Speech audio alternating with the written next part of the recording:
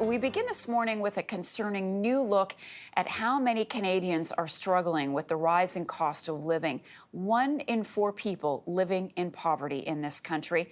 Those numbers coming from Food Banks Canada. It found the poverty rate is actually higher than the 10% estimated by Stats Can using metrics out of Europe. The report says 25% of Canadians cannot afford 2 or more household essentials, putting them below the poverty line. That includes 30% of 18 to 30-year-olds, 44% of single-parent families, and 42% of renters.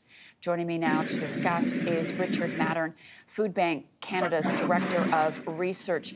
Good morning to you, Richard. Thanks so much for taking the time to speak with us about this report. It is concerning. The 10% not telling the full story of what is going on with Canadians. Explain. So, yes, indeed. How we currently measure poverty in Canada is known as a market basket measure, which looks at a certain income level. What our study did was take an indicator, a measurement that they've used in Europe for decades called the Material Deprivation Index. We updated it using Canadian data. And from our study, we're seeing that 25% of Canadians cannot afford 2 or more household essentials. And these are essentials that the majority of Canadians deem are necessary for an adequate standard of living. And they include anything from being able to afford clothes for a job interview, being able to afford protein at least every other day, being able to get around your community. So this is what we're seeing on the ground is actually reflective of these numbers. What does it mean to be living at what is called a poverty level living standard? So what this means is people are likely living at a poverty level living standard if they cannot afford 2 or more of the essentials on this list. So as I mentioned, they include everything that, items, activities, or services that the majority of Canadians, and that's 50% or more of Canadians, deem are essential for an adequate standard of living. And that's aligned with other indicators that we've been seeing lately. We've been seeing more Canadians struggling to make ends meet. Stats Can's own food insecurity data is showing almost a quarter of Canadians experiencing food insecurity. We're seeing more and more people who are living perhaps above the official poverty line, but are still struggling to make ends meet, in the fact that they can't afford the goods and services that people think they should be able to afford. And the report says that assessing poverty goes beyond income. Can you explain that statement?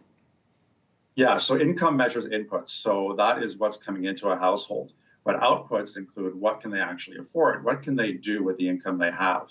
And that is many things affect people what they can afford day to day. So even though their income might be at a certain level, they could have high levels of debt, or on the other hand, assets. They might be living in a rental situation where they've been living at the same place for quite a few years and their rent is lower, or they might have just moved into an apartment where the rent is above average.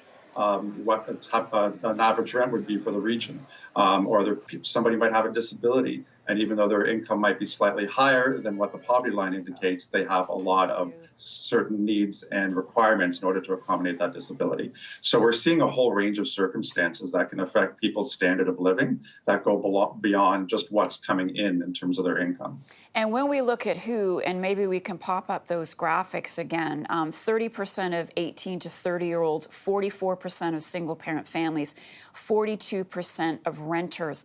Is there anything about those numbers, those stats that stand out to you, Richard, that surprise you? Well, so nothing, unfortunately, surprising. This is all reflected in what we're seeing in terms of recent data among food insecurity, how households are experiencing food insecurity amongst those coming to food banks. We're seeing more and more people in that actually 18 to 30 age category who are coming to food banks, many who are struggling to have stable work, and in many cases are paying very high rental costs. And that also leads to the 42% of renters experiencing poverty level standard of living. So these numbers are indicating perhaps we need to look at other ways to measure poverty that in turn will help design better poverty reduction programs that target those groups. Yeah, ways to get out. Richard, thanks again for being with us. Richard Matern is the Director of Research with Food Banks Canada.